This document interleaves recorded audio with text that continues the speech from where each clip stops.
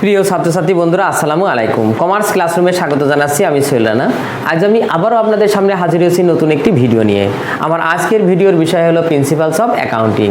আর যে অধ্যায় থেকে এখন আমি আপনাদেরকে অঙ্ক করাবো সেটি হলো অ্যাকাউন্টিং প্রসেস। আর যে অঙ্কটি আমি করব সেটা হলো অ্যাকাউন্টিং ইকুয়েশন। তো চলুন বন্ধুরা, আগে আমরা অঙ্কটি পড়ে আসি। 1 জানুয়ারি 2017 মিস্টার আমির স্টার্ট হিজ বিজনেস। বলা আছে 2017 সালের জানুয়ারি মাসের 1 তারিখে মিস্টার আমির একটি ব্যবসা শুরু করলো। The following transaction were completed during the month. চলতি মাসে তার নিম্নোক্ত লেনদেনগুলো সংগঠিত হয়েছিল। তো লেনদেনগুলো দেখেন, আমি অঙ্ক করব, পাশাপাশি পড়ে আমরা অঙ্ক করব। এখন আমি বিস্তারিত পড়ছি না, রিকোয়ার্ড আমরা পড়ে নিই। দেখেন কি বলেছে, show the effect of transaction on accounting equation using tabular form. 1 নম্বরে বলেছে যে টাবুলার ফর্মে অ্যাকাউন্টিং ইকুয়েশন করো। 2 নম্বরে বলেছে প্রুফ দ্য অ্যাকাউন্টিং ইকুয়েশন, এবং এই ইকুয়েশনের প্রুফ দেখাও। তো ইকুয়েশন করতে হলে আমাদের আগে একটি ছক আঁকতে হবে। তো ছকে দেখেন আমাদের কয়টা ঘর হবে, কিভাবে হবে। দেখেন, mister Amir tabular analysis of transaction for the month of January 2017। আমরা অ্যাকাউন্টিং ইকুয়েশন সবাই জানি, এ সমান এল প্লাস ওই। এখানে এ একটি উপাদান অ্যাকাউন্টিং ইকুয়েশনের। তো এ বলতে অ্যাসেট, অর্থাৎ যতগুলো এই অঙ্কে যতগুলো লেনদেন আছে তার ভিতরে যতগুলো অ্যাসেট আসবে সবগুলোর জন্যই আলাদা আলাদা ঘর হবে, মানে এক একটা অ্যাসেটের জন্য এক একটা ঘর হবে। সেটা আমাদের আগে এঁকে নিতে হবে। আমরা হিসাব করে এই ঘরটা বের করে নেব।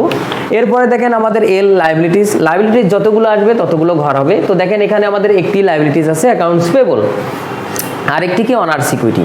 মনে রাখবেন, অনার্স ইকুইটির মধ্যে আমাদের 4টা উপাদান থাকে। সেটা হলো C capital, I income, minus E expense খরচ হলে বিয়োগ, আর ডি ড্রয়িং বিয়োগ। তো দেখেন এই অনার্স ইকুইটি এটা ক্যাপিটালের সাথে মনে রাখবেন আয় যোগ খরচ আর উত্তোলন, এই দুইটা বিয়োগ। আর রিমার্কস হলো যেটা আমরা ক্যাপিটালের সাথে যোগ করি তার জন্য সেই লেনদেনের নামটা এখানে লিখতে হয়, আর বিয়োগ করলে যেটা সেটাও এখানে লিখতে হয়। যোগ বিয়োগ যেটা করা হয় ক্যাপিটালের সাথে সেটার নাম এখানে লিখতে হয়। এই তো আমরা অঙ্কটি শুরু করি। দেখেন কিভাবে আমরা অঙ্কটি করব। তো জানুয়ারি 1 মিস্টার আমির ইনভেস্ট টাকা 1,50,000 ইন হিজ বিজনেস। বলা হয়েছে মিস্টার আমির তার ব্যবসায় 1,50,000 টাকা বিনিয়োগ করলো। তো আমরা এখান থেকে আগে পক্ষ বের করে নেব। আর পক্ষ বের করার নিয়ম দেখেন ঠিক এইভাবে। আমি যেভাবে আমার নিজের কাছে প্রশ্ন করছি, মানে আমি যে আপনাদের কাছে প্রশ্ন করছি সেটা না, আপনিও যখন এই অঙ্ক করবেন তখন আপনার নিজের কাছে প্রশ্ন করবেন ঠিক এইভাবে, যে মিস্টার আমির যে ব্যবসা শুরু করলো, কি নিয়ে ব্যবসা শুরু করলো। এখানে মিস্টার আমির ইনভেস্ট টাকা 1,50,000, তার মানে ক্যাশ নিয়ে। তাহলে একটি পক্ষ আমরা পেয়ে যাচ্ছি। প্রশ্ন করে কি নিয়ে ব্যবসা শুরু করলো, ক্যাশ নিয়ে, তাহলে ক্যাশ একটি পক্ষ। এবার দেখবেন যে এই ক্যাশটা কোথা থেকে আসলো, কে নিয়ে আসলো, মালিক নিয়ে আসলো। মনে রাখবেন, মালিক যেটাই কারবারে নিয়ে আসুক না কেন সেটার নাম কি, ক্যাপিটাল। তাহলে আমরা এখানে দুটি পক্ষ পেয়ে গেছি, একটি হলো ক্যাশ আর একটি হলো কি, ক্যাপিটাল। তো দেখেন এখানে আমাদের ক্যাশ অ্যাসেট, তার জন্য একটি ঘর অলরেডি আমাদের এখানে লিখেছি। আর আরেকটি ঘর হলো ক্যাপিটাল, যেটা আমরা অনার্স ইকুইটির ভিতরে আমাদের ক্যাপিটাল বলে হবে, তার জন্য আমাদের একটি ঘর আছে। তো দেখেন আমরা এখানে অঙ্কটি শুরু করি। প্রথমে আমাদের 2017, এরপরে জানুয়ারি 1। যেহেতু আমাদের এখানে এই লেনদেনের ফলে আমাদের ক্যাশ কারবারে কি হচ্ছে, বৃদ্ধি পাচ্ছে। মনে রাখবেন, যেটার ফলে, যে লেনদেনের ফলে যে এই হিসাব যেগুলো আমরা এখানে ঘর করেছি, এটা যদি বৃদ্ধি পায় তাহলে যোগ, আর যদি হ্রাস পায় তাহলে বিয়োগ। যেমন দেখেন, যেহেতু এখানে ক্যাশ নিয়ে ব্যবসা শুরু করা হলো, তাহলে নিশ্চয়ই আমার কারবারে ক্যাশ বৃদ্ধি পাচ্ছে, তার মানে ক্যাশের সাথে যোগ। দ্বিতীয়ত দেখেন, আমি এখানে ক্যাশটা নিয়ে আসছে কে, মালিক যেটা নিয়ে আসছে তার নাম কি, ক্যাপিটাল। তাহলে আমার ক্যাপিটালের পরিমাণও কারবারে বৃদ্ধি পাচ্ছে, তার মানে ক্যাপিটালের সাথে যোগ। তাহলে আমরা এই লেনদেনের ফলে আমরা ক্যাশে যোগ করব 1,50,000, আর ক্যাপিটালেও যোগ করব আমরা এখানে 1,50,000। মনে রাখবেন আরেকটি বিষয় আমি বলে রাখি, যে সমান, দেখেন এখানে সমান চিহ্ন দেওয়া আছে, তার মানে যদি কোনো লেনদেন দুই পাশে লিপিবদ্ধ হয় তাহলে এই পাশে যোগ হলে এই পাশেও যোগ হবে। আর যদি শুধু এক পাশেই কাজ হয়, তাহলে ধরেন কোনো একটা আইটেম শুধু এই অর্থাৎ অ্যাসেট সাইডে কাজ হচ্ছে, তখন একটাই যোগ হলে আর একটাই বিয়োগ হবে। যদি এমন লেনদেন এখানে থাকে আমি সেটা আপনাদেরকে তখন বুঝাবো। তো এইবার দেখেন, এইটা যেহেতু আমাদের ক্যাপিটালে ঘরে বসেছে, তার মানে আমরা এখানে লিখবো ইনভেস্টমেন্ট বা অনার্স ইনভেস্টমেন্ট, অনার্স ইনভেস্টমেন্ট। এই এবার দেখেন জানুয়ারি 5 তারিখ পারচেজ ইকুইপমেন্ট অফ ক্যাশ টাকা 70,000 বলা হয়েছে যে 70,000 টাকা দিয়ে একটা ইকুইপমেন্ট ক্রয় করা হলো। পারচেজ ইকুইপমেন্ট তার মানে কি ক্রয় করা হলো, প্রশ্ন ওই কি ক্রয় করা হলো, ইকুইপমেন্ট। তাহলে ইকুইপমেন্ট একটি পক্ষ পেয়ে গেলাম। ইকুইপমেন্টটা ক্রয় করলাম কি দিয়ে ক্রয় করলাম, কিসের মাধ্যমে ক্রয় করলাম, আমাদের এখানে নিশ্চয়ই বুঝে নিতে হবে ক্যাশের মাধ্যমে, কারণ এখানে বলা আছে অফ ক্যাশ টাকা 70,000। তাহলে আমাদের এখানে ক্যাশে ক্রয় করা হয়েছে 70,000 টাকা দিয়ে। তাহলে আমরা এখানে আবার একটু বলি কি ক্রয় করা হলো, ইকুইপমেন্ট। কিসের মাধ্যমে ক্রয় করা হলো, ক্যাশে। তাহলে ইকুইপমেন্ট একটি পক্ষ, ক্যাশ একটি পক্ষ। এইবার দেখেন ইকুইপমেন্ট ক্রয় করার ফলে কারবারে ইকুইপমেন্ট বৃদ্ধি পাচ্ছে, তার মানে ইকুইপমেন্ট বাড়ছে। ইকুইপমেন্ট বাড়লে এখানে যোগ, আর আরেকটি পক্ষ কি, আমাদের ক্যাশ। যখনই আমি ইকুইপমেন্ট ক্রয় করছি ওই ব্যক্তিকে আমি কি দিচ্ছি, ক্যাশ দিচ্ছি, তার মানে আমার কারবারের ক্যাশটাও কি এর হ্রাস পাচ্ছে, তার মানে ক্যাশ থেকেও বিয়োগ হবে। তাহলে দেখেন আমরা জানুয়ারি 5 এখানে আমাদের ইকুইপমেন্ট 70,000 যোগ, আর এই দেখেন ক্যাশ থেকে 70,000 বিয়োগ। ওই যে আমি আগেই বলেছি যে সমান এর একই পাশে যদি কাজ হয় তাহলে এইটাই যোগ, দেখেন এখানে বিয়োগ হলো। এবার দেখেন 8 তারিখে বলা হয়েছে সাপ্লাইজ পারচেজ অন ক্রেডিট, তার মানে সাপ্লাইজ ক্রয় করা হলো অন ক্রেডিট বলতে ধারে। তাহলে এখান থেকেও আমরা দুটি পক্ষ বের করি, কি ক্রয় করা হলো, সাপ্লাইজ। কিসের মাধ্যমে, ধারে। তার মানে যার কাছ থেকে ক্রয় করলাম সে আমাদের কাছে টাকা পাবে, আর ক্রয়ের ফলে যদি কেউ আমাদের কাছে টাকা পায় সেটার নাম কি, অ্যাকাউন্টস পেয়েবল। তাহলে আমরা এখানে দুটি পক্ষ পেয়ে যাচ্ছি, একটি হলো আমাদের অফিস সাপ্লাইজ আর একটি কি, অ্যাকাউন্টস পেয়েবল। মনে রাখবেন এই লেনদেনের ফলে আমাদের এই সাপ্লাইজটা কি হচ্ছে, বৃদ্ধি পাচ্ছে। তাহলে সাপ্লাইজের ঘরে যোগ হবে। তাহলে দেখেন সাপ্লাইজ ক্রয় করছি মানে কত টাকা, 12,000 টাকা। তার মানে জানুয়ারি 8 তারিখ সাপ্লাইজের ঘরে দেখেন 12,000 টাকা যোগ হলো। এই সাপ্লাইজটা আমরা ক্রয় করছি কি, ধারে, তার মানে অ্যাকাউন্টস পেবল। দেখেন যার কাছ থেকে ক্রয় করছি সে আমার কাছে টাকা পাবে, আর যারা আমাদের কাছে টাকা পাবে তাদেরকে বলা হয় অ্যাকাউন্টস পেবল। তার মানে এই ধারে ক্রয়ের ফলে আমার ওই অ্যাকাউন্টস পেবলটাও কি হচ্ছে, বৃদ্ধি পাচ্ছে। তাহলে আমাদের এখানে অ্যাকাউন্টস পেবলের ঘরেও আমাদের যোগ। এবার দেখেন 15 তারিখে সার্ভিস প্রোভাইডেড অন অ্যাকাউন্ট, তার মানে কি, সেবা প্রদান করা হলো। অন অ্যাকাউন্ট বলতে ধারে, তার মানে সেবা প্রদান করা হলো ধারে। আপনি প্রশ্ন করবেন ঠিক এইভাবে, কি প্রদান করা হলো, সার্ভিস মানে সেবা, তার মানে সেবা প্রদান করেই তো আমাদের আয় হয়। তাহলে আমাদের এটার নাম কি, সার্ভিস রেভিনিউ একটি পক্ষ। সেবাটা কিসের মাধ্যমে দিলাম, ক্যাশে না ধারে, দেখেন ধারে, তার মানে আমরা তার কাছে টাকা পাই, আর আমরা যার কাছে টাকা পাই তাদেরকে কি বলা হয়, অ্যাকাউন্ট রিসিভেবল। যদি কাজের বিনিময়ে অথবা পণ্য বিক্রি করে যদি কোনো ব্যক্তির কাছে আমরা টাকা পাবো এরকম বোঝাই, তাহলে সেটা কি, অ্যাকাউন্ট রিসিভেবল। তাহলে এখানেও দেখেন দুটি পক্ষ পেয়ে যাচ্ছি, একটি হলো অ্যাকাউন্ট রিসিভেবল আর একটি কি, সার্ভিস রেভিনিউ। এবার দেখেন এই অ্যাকাউন্ট রিসিভেবল, এই লেনদেনের ফলে অ্যাকাউন্ট রিসিভেবল বৃদ্ধি পাচ্ছে না হ্রাস পাচ্ছে, বৃদ্ধি পাচ্ছে, কারণ ধারে সেবা দিলাম, তার মানে কি তার কাছে আমরা টাকা পাবো, তার মানে আমার একটা অ্যাকাউন্ট রিসিভেবল কি আছে, বৃদ্ধি পাচ্ছে। তার মানে অ্যাকাউন্ট রিসিভেবল আমাদের এখানে যোগ হবে 3,500 টাকা। তাহলে আমাদের এখানে ডেট 15, 3,500 দেখেন অ্যাকাউন্ট রিসিভেবলের যোগ হলো। আর আমাদের আরেকটি পক্ষ কি, সার্ভিস রেভিনিউ, তার মানে আমাদের এখানে আয় বৃদ্ধি পাচ্ছে, আর আয় হলে আমাদের কি হয়, ক্যাপিটালের সাথে যোগ হয়।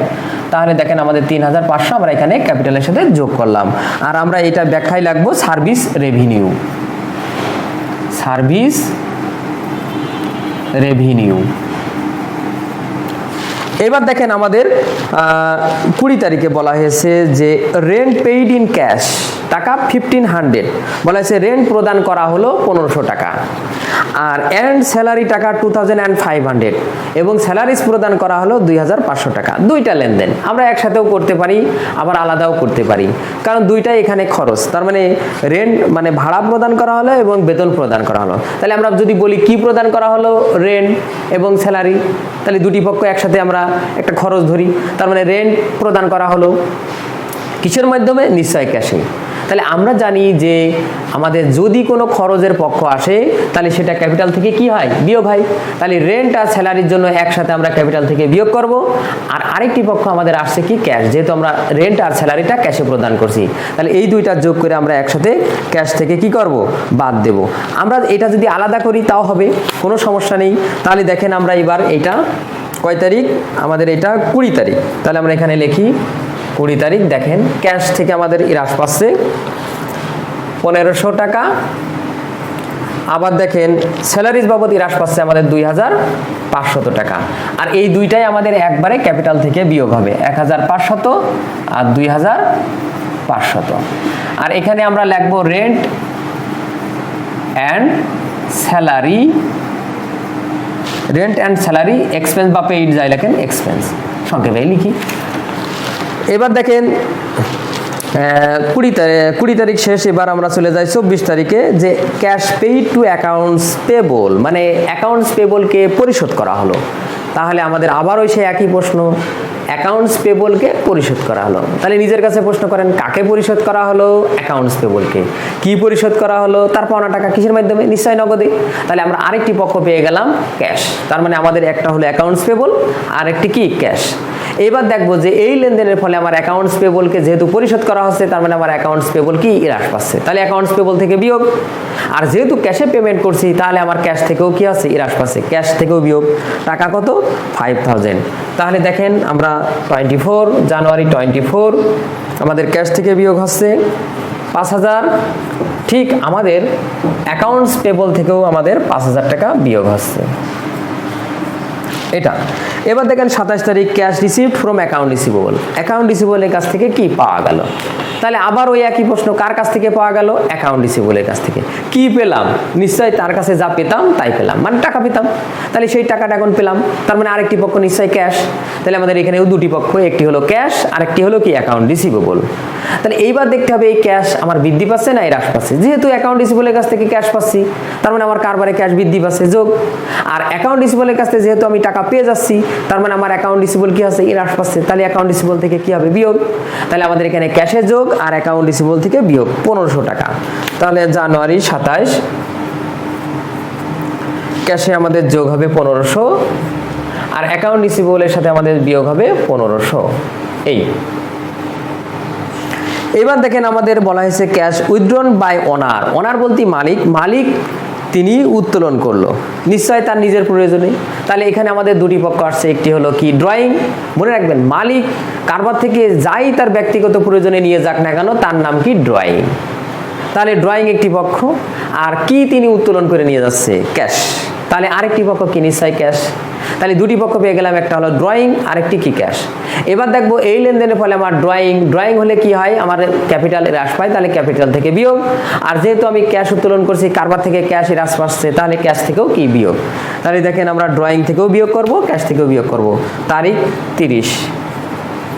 তাহলে ক্যাশ থেকে বিয়োগ দেখেন 5000, আর ক্যাপিটাল থেকেও বিয়োগ আমাদের এখানে 5000। আর আমরা এখানে লিখবো উইথড্রয়িং বা ড্রয়িংস। এইবার আমাদের যে কাজ সেটা হবে যে আমাদের এই লেনদেনগুলো কি? যোগ করে দেওয়া। হ্যাঁ, এখানে আসে ক্যাশে দেখেন আসে 67500, আর অ্যাকাউন্ট রিসিভেবলে আসে 2000, তা 2000। অফিস সাপ্লাইজে 12000, আর ইকুইপমেন্ট 70000। এখানে দেখেন ডান সাইডে আমাদের ক্যাপিটাল অ্যাকাউন্টস পেবলে আসবে 7000, আর আমাদের ক্যাপিটালে আসবে হলো 1,44,500। এটা ছিল যে আইটেম তার যোগফল। এবার আমরা এই দুই সাইড যোগ করে সমান বসাবো। তো তার জন্য দেখেন আমাদের এই সাইডে যোগ করলে আমাদের, অর্থাৎ অ্যাসেটগুলো যোগ করলে আমাদের হবে 1,51,500, আর আমাদের right side liabilities and honours equity যোগ করলেও আমাদের আসবে 1,51,500। আর আমাদের দুই পাশ মিলে যাবে, তার মানে আমাদের অঙ্ক এটা হয়ে গেল আর কি। এবার এটা আমরা কি করব? এখানে ক্লোজ করে দেব, এখানে এভাবে ক্লোজ করে দেব।